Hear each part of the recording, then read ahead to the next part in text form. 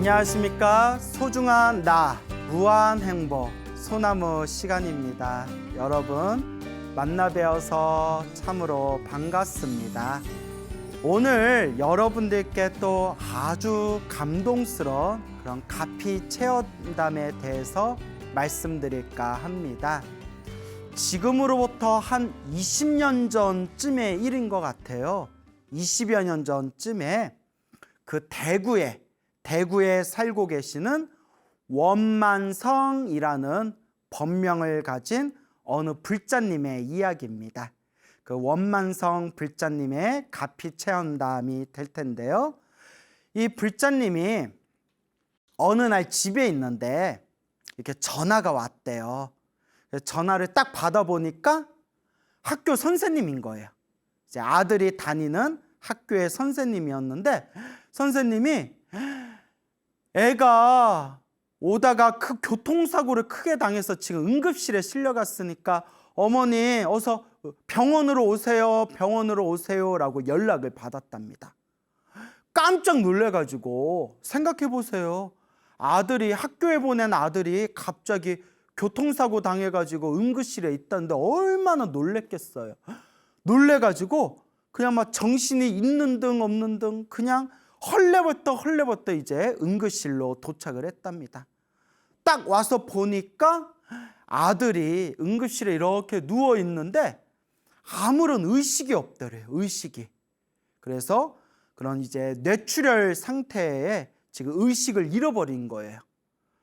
그래서 일단 급하게 이제 응급수술에 들어갔는데 12시간 동안 수술했대요. 12시간. 엄청나게 그런 큰 수술이었죠. 12시간 수술을 마치고 나서 수술은 잘 끝났대요. 수술 결과는 잘 끝났는데 문제는 애가 의식이 돌아오질 않는 거예요. 그래서 일단 병원에서는 지켜보자. 일단 수술은 잘 됐다.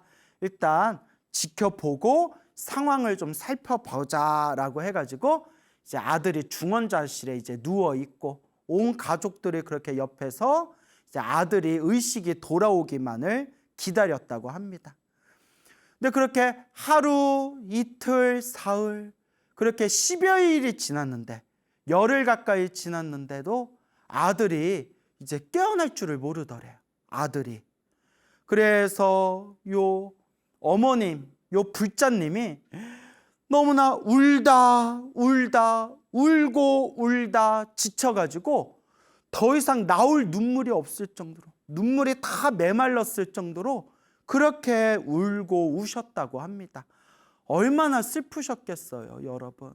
그냥 사랑하는 내 자식이 큰 대형 사고를 당하고 그런 의식을 잃은 상태로 중환자실에 누워있으면 몇 날 며칠 동안 의식이 깨어나지 않는다면 어느 부모든지 가슴이 찢어질 듯이 아프지 않겠습니까? 참 슬픈 일이죠. 울고 울다 이제 지쳐서 눈물조차 나오지 않는 그런 이제 상황에 하루는 이제 낮에 병실에 이렇게 앉아서 아들 얼굴을 하염없이 바라보고 있는데 그때 어느 여자 두 분이 이렇게 쓱 들어오셨대요. 이제 들어오셨는데 목에 이렇게 이제 염주를 달고 있고 아마 그 종교 봉사자인 듯한 분이 이렇게 오시다가 지나가다가 가만히 넋을 잃고 앉아 있는 그 우리 엄마가 되는 불자님에게 괜찮다면 저희가 아드님을 위해서 기도 좀 해드려도 될까요? 라고 물어보시더래요. 여자 한 분이. 그래서 예, 그렇게 해주세요 라고 대답을 하니까 그 목에 이제 염주를 달고 계시는 그 여성분이 그러면 저희가 기도해 드릴 테니까 어머님은 저 아드님 손을 이렇게 꼭 잡아주세요 라고 얘기하더래요. 그래서 어머니가 되는 요 불자님이 이렇게 아들 손을 이렇게 이제 잡고 있는데 옆에서 그 여성 그 봉사자분들이 이렇게 무슨 부처님 경전 같은 걸 이렇게 기도를 열심히 해주시더래요. 그렇게 기도를 해주시는데 아들의 손을 잡고 있던 요 불자님이 가만히 손을 잡고 있다 보니까 순간 미처 느끼지 못했지만 가만히 손을 잡고 있다 보니까 아들의 맥박 소리가 이렇게 느껴지더래요. 우리가 이렇게 맥박이 뛰잖아요. 그 누워있는 아들의 맥박을 이렇게 느끼면서 순간 그래, 그렇지, 내 아들은 살아있지, 내 아들은 아직 살아있구나, 딱 그 생각이 딱 들더랍니다. 그러면서 자기도 모르게, 어쩌면 자기도 무의식적으로 이미 아들을 포기해버린 듯한 그런 어떤 감정을 가지고 있지는 않았는가, 이제 이런 생각이 들면서 그렇지, 내 아들은 아직 살아있지, 딱 그런 어떤 마음에 강렬한 그런 느낌이 딱 왔나 봐요. 기도를 마치고 난 뒤에 그 병시 밖을 나가려는 그 두 분의 보살님들을 붙들고 그 아까 보신 그 책 좀 주세요, 저 책 좀 주세요 했더니 예, 그럴게요 하고 이렇게 책하고 조그만 소책자, 법요집, 우리 불교 법요집이랑 염주 같은 거 이렇게 주시더래요. 그래서 그 책을, 소책자 법요집을 받아서 이렇게 봤더니 거기에 이제 그 사찰 주소가 적혀 있는데 병원하고 가까운 곳이더래요. 병원하고 우리 병원 가까운 곳에 여기 사찰이 있었구나 하고 봤는데, 그 사찰이 한번 가봐야 되겠다 해서 찾아간 곳이 바로 대구에서 아주 유명한 사찰이죠. 그래서 우리 대구의 불자라면 다 한 번씩은 거쳐가 봤을 그 한국불교대학 관음사라는 그런 이제 절이었다고 합니다. 대구 관음사 하면 워낙 유명하지 않습니까? 한국불교대학 관음사. 그래서 답답한 마음에 절에 이렇게 갔더니 노천에 길에 이렇게 이제 길에 이렇게 법당처럼 부처님을 모셔놓고 있더래요. 그래서 부처님을 보면서 그냥 답답하고 그 아들을 향한 그 어떤 걱정과 그런 괴로운 마음으로 그냥 부처님 보자마자 그냥 하염없이 절을 올렸대요. 그냥 부처님 하염없이 절을 올리면서 땀을 뻘뻘 흠뻑 땀이 젖을 정도로 그렇게 절을 올렸는데 대충 1시간 정도가 지난 것 같더래요. 느낌상 1시간 정도가 이제 지난 것 같아서 이렇게 절을 마치고 그 모셔놓은 법당의 그 노천 법당 길 밖에 만들어 놓은 길에 있는 그 부처님의 얼굴을 딱 보는 순간 괜히 마음이 편안하고 뭉클하면서 부처님이 도와주실 거야, 다 잘 될 거야 라는 그런 이제 마음의 평온함이 싹 찾아오더랍니다. 이제 그날로 이제 매일같이 이렇게 절에 가셨대요. 매일같이 이렇게 이제 절에 가서 절에 갈 때마다 그 마음이 편안하고 그 부처님께 의지가 되는 그 마음 때문에 이제 법당을 절에 다니기 시작했는데, 그 법당 안에 딱 들어가 봤더니 그날따라 수많은 신도들이 그 드넓은 법당 안에 꽉 차가지고 다들 이렇게 절을 하고 있더래요. 그래서 왜 이렇게 사람들이 많이 모였나 하고 보니까 그날이 3000배 법회 날이었어요. 3000배. 그래서 3000배 철야정진 날이었다고 합니다. 그래서 그 불자들이 다 함께 이렇게 3000배 하고 있는 그 법회 날이었기 때문에 그래, 나도 부처님께 3000배 올리자, 나도 부처님께 간절하게 절을 올리자. 그리고 같이 신도들 틈에 끼어가지고 같이 법당에서 3000배를 했는데 너무 힘들고 괴로워서 죽을 것만 같이 힘들었대요. 여러분, 평상시에 절을 안 하던 사람이 108배만 해도 다리가 짜릿짜릿 아리백이 오지 않습니까? 그 3000배를 했으니, 밤을 꼬박 세워서 3000배를 했으니 얼마나 힘들었겠어요. 오직 아들을 생각하면서 이를 악물고 한 배 한 배 절을 했는데 결국 3000배를 이제 마치게 됩니다. 제가 이 이야기를 보면서 느낀 게 어머니는 강하다. 어머니는 강하다. 이게 내 아들 살리겠다는 그 간절한 마음이 아니라면 평상시에 절을 많이 안 했던 사람이 어떻게 그렇게 밤새워 3,000배를 할 수 있었겠습니까? 그렇게 3,000배를 올리고 나서 병원에 와서 병실에 누워있는 아들한테 아들아 내가 너를 위해서 부처님께 절을 올렸다. 아들아 어서 눈을 떠야지 하면서 아들 귀에 이렇게 속삭여줬답니다. 그날부터 이제 꾸준히 이제 절을 다니면서 성격이 굉장히 밝아졌대요.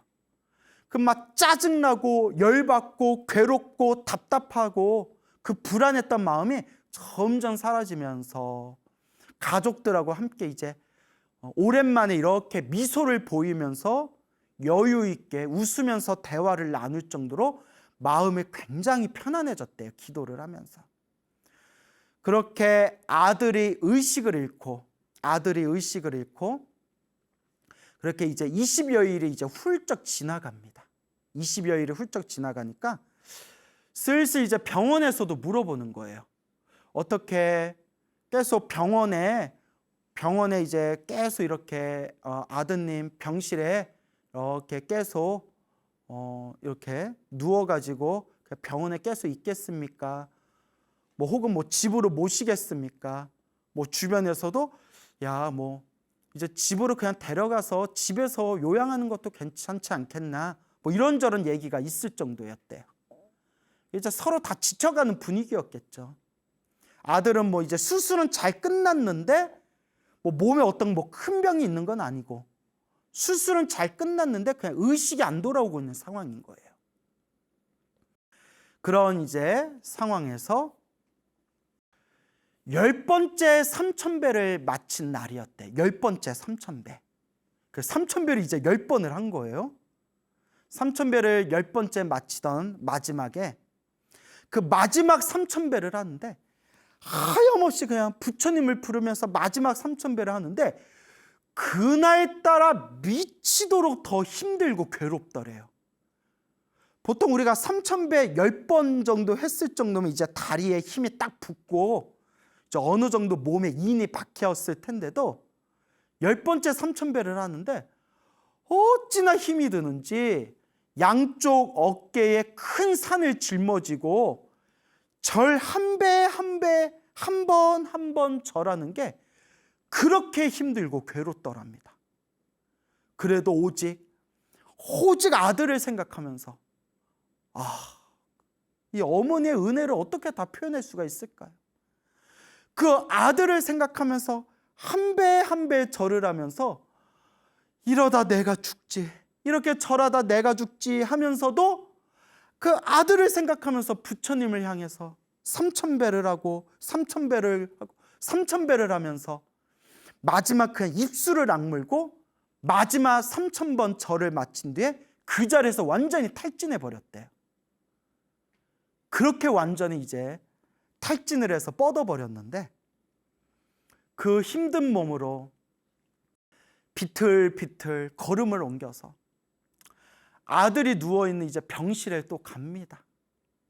병실에 딱 가가지고 하염없이 그냥 아무 말 없이 눈을 감고 누워만 있는, 의식이 없는 그 아들 옆에 이렇게 앉아가지고 아들의 손을 이렇게 잡으면서 아들아, 엄마가 너를 위해서 3,000배 다 하고 왔다. 아들아 하면서 막 감정이 복받치려고 그러네요. 막 상상을 해보니까 아들아 하면서 아들 손을 잡은 상태에서 그냥 그 자리에서 쓰러져서 보살님이, 불자님이 그냥 잠들어 버렸대요. 아들 손 이렇게 잡은 상태에서 그냥 의식을 잃어버리듯이 그냥 잠에 빠져버린 거예요. 완전히 몸이 탈진해 버린 거죠. 그렇게 힘들고 괴로운, 온몸에 진이 다 빠진 상태에서도 그 기도를 끝내고 그 누워있는 아들 얼굴 보겠다고 어머니가 오신 거예요. 병실에. 아들아 하고 이렇게 이제 손을 붙들고 잠이 딱 들었는데 갑자기 드르륵 하면서 문 열리는 소리가 들리더래요. 문이 열리면서 누가 쑥 들어오더래요. 누구세요? 하고 쳐다봤는데 세상에 맙소사 황금색 가사를 입으신 부처님께서 환한 모습으로 병실 안에 싹 들어오신 거예요. 아들이 누워있는 병실 안에 부처님이 들어오신 거예요. 놀라가지고 아이고 부처님, 아이고 부처님, 어떻게 여기에 오셨습니까? 하고 부처님께 이렇게 이제 절을 올리고, 그러니까 부처님을 이렇게 모셔야 되는데 그날따라 막 의자도 없고 그날따라 병실이 막 더럽고 냄새가 지독하더래요. 그리고 누워있는 아들 위에 무슨 쓰레기하고 막 허름한 낡은 옷 같은 게 아들 몸에 막 이렇게 덕지덕지 위에 올려져 있더래요. 막 병실은 냄새나고 막 병 더럽고 하니까 왜 이렇게 더럽지? 병실이 더럽지? 하면서 부처님이 그냥 가시면 어떡하지? 부처님이 그냥 가시면 어떡하지? 그래서 막 창피하고 막 부처님이 그냥 가실까 봐 막 걱정스럽고 그러다가 자기도 막 엉엉 울었대요. 하고 울었대요. 보살님이 하면서 막 울고 있는데 부처님이 싹 오시더니 울고 있는 그 어머님을, 그 불자님의 머리를 싹 이렇게 쓰다듬어 주시더래요. 이렇게 부처님이. 그러면서 부처님이 누워있는 그 아들 위에 그 쓰레기랑 그 옷 같은 게 덮여 있는 걸 손으로 싹 쓸어서 그걸 없애주시더래요. 순간 아들이 엄마 하고 이렇게 눈을 뜨더래요. 아들이 이렇게 눈을 뜨니까 어머 아들아 하고 놀랐는데 부처님이 이렇게 이제 무슨 빨간 동글동글한 그 과일, 그 방울토마토 같은 과일을 이렇게 주시더래요. 그래서 그걸 아들한테 이렇게 먹이니까 아들이 그걸 이렇게 달게 먹더랍니다. 그러면서 아들이 의식을 되찾은 걸 보면서 부처님 감사합니다 하는 순간 딱 눈을 떠보니까 꿈이었던 거예요. 이게 다 한바탕 꿈이었던 거예요. 그냥 아들 손 잡고 그냥 깜빡 잠이 들면서 생생한 꿈을 꾼 거예요. 생생한 꿈을. 이게 뭔 꿈인가? 뭔 꿈인가? 너무 생생해서 주변을 한번 둘러본 뒤에 화장실에 가서 이렇게 세수를 하셨대. 이렇게 세수를 하고 있는데 갑자기 엄마 하는 소리가 들리더래요. 엄마! 깜짝 놀라서 가봤더니 꿈이 아니라 애가 눈을 뜨고 의식이 돌아와서 엄마 하고 부르더래요. 의사가 달려오고 간호사도 달려오고 남편도 달려오고 딸도 달려오고 병원이 발칵 뒤집혔대요. 그렇죠. 20여일이 넘게 한 달 가까이 의식을 잃고 있던 환자가 눈을 떴으니까 엄마도 울고 남편도 울고 딸도 울고 막 너무 막 기쁨의 눈물로 그렇게 눈물을 펑펑 쏟으면서 아들이 깨어난 거예요. 아들이. 소름 끼친다. 그래서 그 다음날 부처님께 기도 올렸던 그 관음사 법당에 가서 하염없이 부처님 감사합니다. 부처님 감사합니다. 부처님 감사합니다.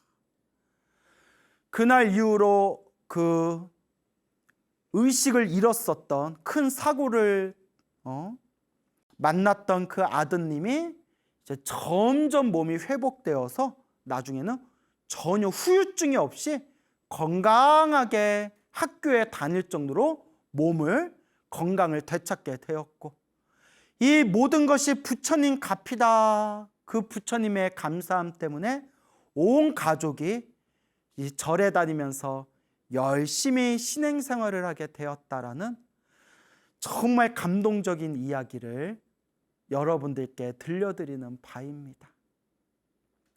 정말 어머니의 힘은 강합니다. 자식을 사랑, 그 어머니의 사랑, 그 정성은 정말 이 인간의 언어로는 다 표현할 수가 없을 겁니다. 정말 대단합니다.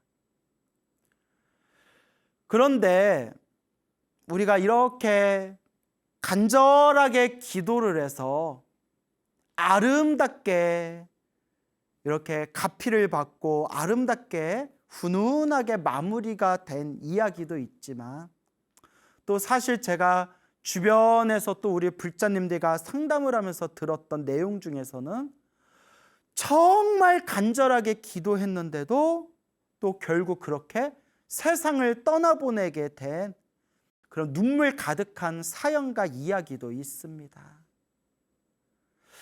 다만 제가 말씀드릴 수 있는 것은, 옛날 우리 선지식들 그런 연불 수행을 깊이 하시고 또 기도 수행을 아주 많이 하셔서 그런 크나큰 체험과 가피를 경험하신 옛날 옛적 큰 스님들께서도 항상 이런 말씀을 하셨습니다. 혹 큰 병에 걸린 사람이 있을 때 간절하게 기도를 해도 그 큰 병이 낫는 경우도 있지만 결국 그 병으로 인해서 세상을 떠나는 경우도 있다. 하지만 불자들이여 꼭 명심해야 된다.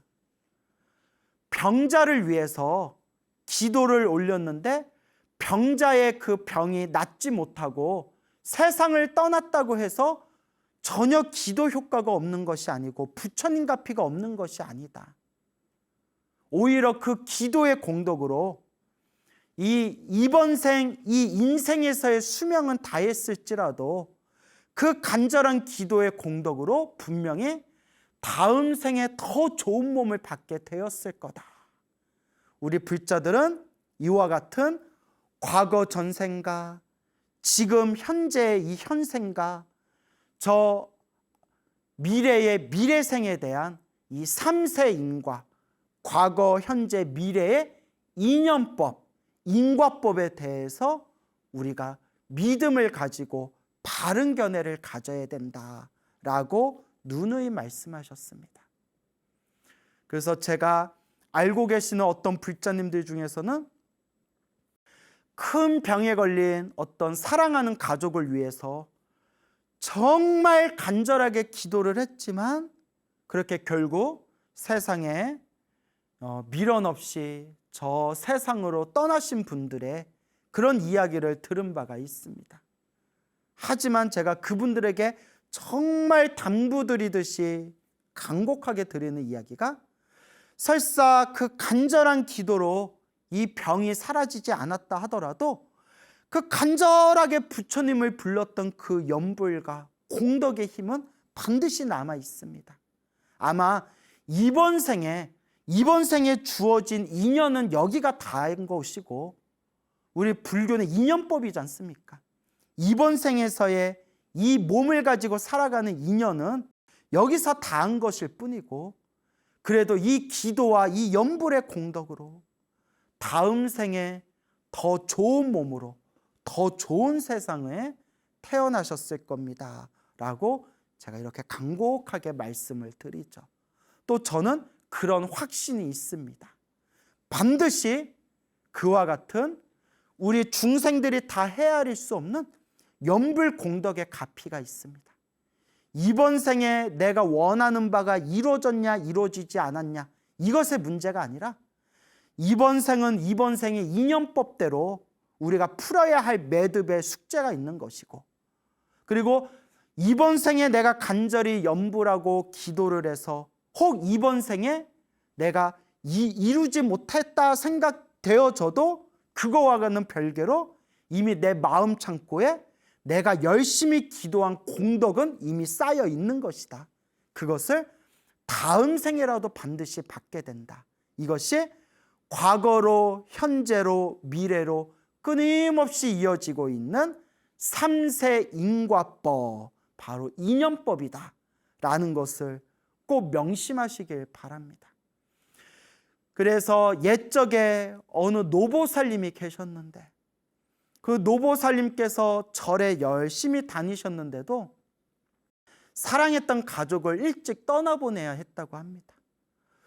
너무나 힘들고 괴롭고 부처님에 대한 서운함이라든가 불교에 대한 믿음이 많이 흔들렸는데, 그런데 우연히 보게 된 요 소중한 나 무한행보 소나무 프로그램을 통해서 인과법이라는 걸 알게 되고 인연법이라는 것을 배우게 되고, 이 모든 게 서로가 서로 엮이고 맺어 있는 서로가 서로의 인연의 흐름이라는 걸 알게 되면서, 내가 이렇게 절에 열심히 다니면서 기도하고 복을 지은 것은 그거대로 공덕이 있는 것이고, 또 일찍 떠나보냈던 나의 사랑하는 가족은 가족대로 이 세상을 빨리 또 떠날 수밖에 없었던 인연법이 있었겠구나라는 그런 확신이 들면서 그런 마음에 많은 평화가 찾아오고 부처님에 대한 또 더욱 강한 믿음과 부처님에 대한 불심을 되찾게 되었다라는 말씀을 저에게 직접 해주셨습니다. 맞습니다, 여러분. 저는 절대 제가 말하고 있는 저의 모든 이런 내용들은 다 부처님 경전이나 큰 스님들 설법에 근거를 두고 하는 이야기입니다. 저는 법력이 너무나 짧고 작아서 제가 어찌 부처님의 그 위대한 인연법을 제가 다 이해하겠습니까? 다만 경전에서 하신 말씀, 불교설화에서 전해지는 이야기, 큰 스님들의 법문의 말씀을 통해서 여러분들에게 이렇게 하나하나 짚어드리는 겁니다. 부처님의 가피는 반드시 있습니다. 다만 도저히 우리가 다 헤아릴 수 없는 이 심오한 부처님의 가피는 우리가 생각하는 방향으로 이루어지는 게 아니라 어떤 식으로든 그 가피는 우리에게 공덕으로 오지만 그게 어떤 모습으로 우리를 이끌어 주는지는 그것은 여러 가지 모습으로 펼쳐지게 된다. 이걸 꼭 명심하시기 바랍니다. 부처님의 가피는 분명히 있습니다. 지금 당장 효과가 있냐, 효과가 없냐의 분별과 망상을 일으키지 마시고, 지금 당장 눈앞에 보이는 효과가 있든 없든, 눈앞에 보이는 가피와 공덕이 느껴지든 안 느껴지든 그런 망상 분별도 다 내려놓고 그저 내가 지은 업의 인연은 내가 그대로 받는다라는 마음으로, 그저 업장소멸의 마음으로, 공덕을 닦는 마음으로 한 걸음 한 걸음 닦아 나아갈 뿐입니다. 닦아 나아갈 뿐입니다. 약 30년 전쯤에 있었던 이야기입니다. 30년 전쯤에 그 중국에 어느 불심이 깊은 어느 여성 불자님이 있었다고 합니다. 불심이 아주 깊은 여성 불자님이 있었는데 중년의 나이가 돼서 이제 머리를 깎고 출가해서 비구니 스님이 되셨답니다. 비구니 스님이 되셔가지고 어느 작은 암자에 머무르면서 매일매일 연불하고 매일매일 경전을 독송하면서 그렇게 이제 수행 생활을 해 나가셨는데, 그 겨울 즈음에 날씨가 쌀쌀하고 추워지는 시기에 아마 장염이었던 것 같아요. 그냥 어떤 만성병을 얻게 되었다고 합니다. 그 어느 순간부터 밤만 되면, 해가 져서 밤만 되면 배가 아프면서 그냥 화장실에 막 달려가야 되는 겁니다. 아마 장염인 것 같죠, 여러분? 그 장염이라고 있지 않습니까?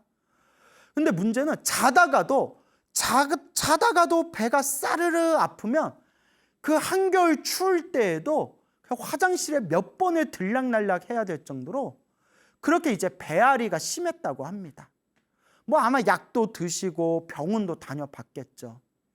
근데 그때뿐이고 몇 개월의 시간이 지났는데도 오히려 상태가 심해지면 심해지지, 요 이제 만성적인 요런 이제 장염 질환 때문에 그렇게 이제 고생을 하면서 막 몸과 마음이 막 지쳐가는 겁니다. 여러분, 실제로 그 장이 예민하신 분들은 일상에서도 항상 짜증이 나고 신경이 곤두쓰고 예민하고 일상에서 불편함이 좀 많다 하지 않습니까? 그래서 뭐 장이 건강해야 마음이 편안합니다, 뭐 이런 말도 있지 않습니까? 자, 그래서 스님께서, 이 비구니 스님께서 이것도 내 어변인가 보다. 이것이 전생에 넘어온, 내가 과거 전생에 지었던 그런 업본가 보다. 그러면서 법당에서 부처님께 간절히 기도를 드렸다고 합니다. 부처님, 부처님, 부디 이 괴로움에서 제가 벗어날 수 있도록 저에게 가피를 주십시오. 그러면서 간절하게 매일매일 금강경을 독송하고, 그리고 오직 관세음보살을 연불 했다고 합니다. 매일매일 금강경을 독송하면서 일상에서 항상 관세음보살, 관세음보살을 연불하셨다고 합니다. 그렇게 얼마의 시간이 지난 뒤에 어느 날 밤에 이렇게 잠을 자고 있는데 손님 3분이 찾아왔대요. 손님이 3분이 이렇게 찾아왔대요. 그래서 손님들이 찾아와가지고 늦은 밤에, 원래 늦은 밤에 그렇게 찾아오면 안 되거든요. 그래서 이렇게 대화를 나누다가 그 3명 중에 여자가 1명 이렇게 있었는데, 그 여자분한테 스님이 그러면 제 병 좀 고쳐주십시오 라고 이렇게 얘기했답니다. 뭐 대화하다가 뭐 뜬금없이 그 여자분한테, 손님 3분 찾아온 여자분한테 그러면 저 병 좀 고쳐주십시오 하니까 그 여자분이 또 예, 좋습니다 이러더면서 품에서 긴 은침, 은으로 만든 긴 은침을 싹 꺼내달랍니다. 그러면서 그걸 스님 목구멍에다가 찌르더래요. 스님이 놀라가지고 이러고 있는데 그 긴 은침을 스님 목구멍에다 푹 찔렀는데 하나도 아프지 않고 편안하더래요. 은침이 목구멍으로 쑥 들어왔는데 우리 같으면 막 자지러질 거예요.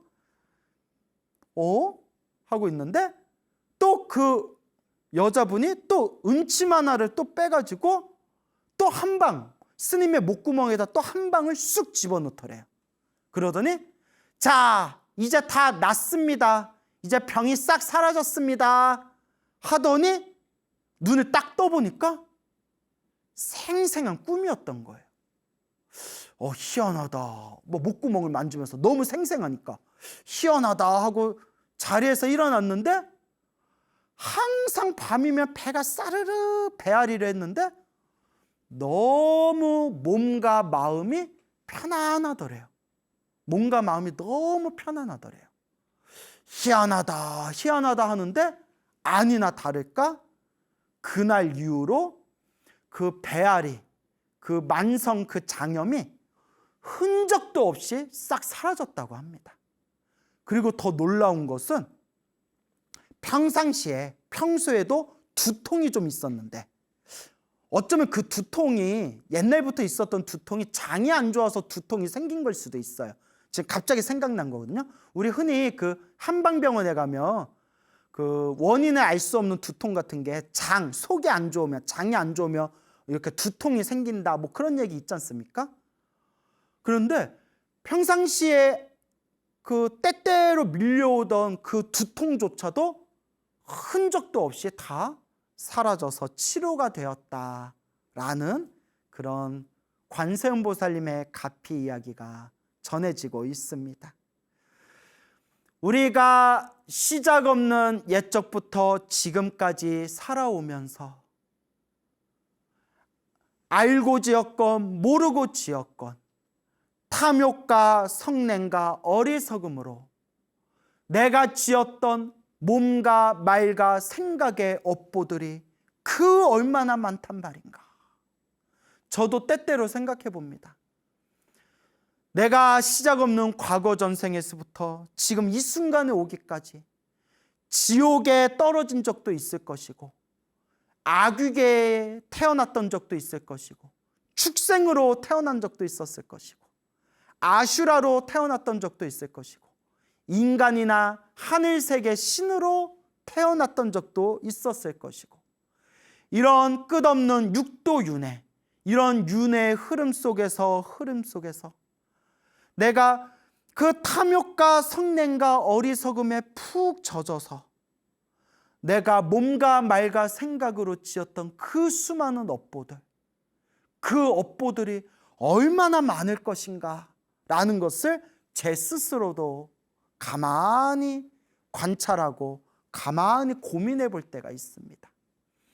그나마 과거 전생에 저도 그래도 이 부처님 법을 닦았던 공덕과 인연이 있어서인지 이번 생에 일찍 머리 깎고 출가하고 부처님의 말씀, 부처님의 경전을 공부하기를 좋아하고, 또 이렇게 참으로 분수 넘게도 수많은 우리 불자님들에게 이와 같이 부처님의 소중한 가르침을 또 전할 수 있는 이런 영광된 그런 어떤 사업을 진행하고 있으니 참으로 내가 선업도 많이 지었을 것이고, 하지만 그 속에서도 알게 모르게 내가 또 얼마나 많은 악업을 지어왔을까라는 것을 진지하게 고민할 때가 많습니다. 그러면서 우리 부처님께서 말씀하시기를,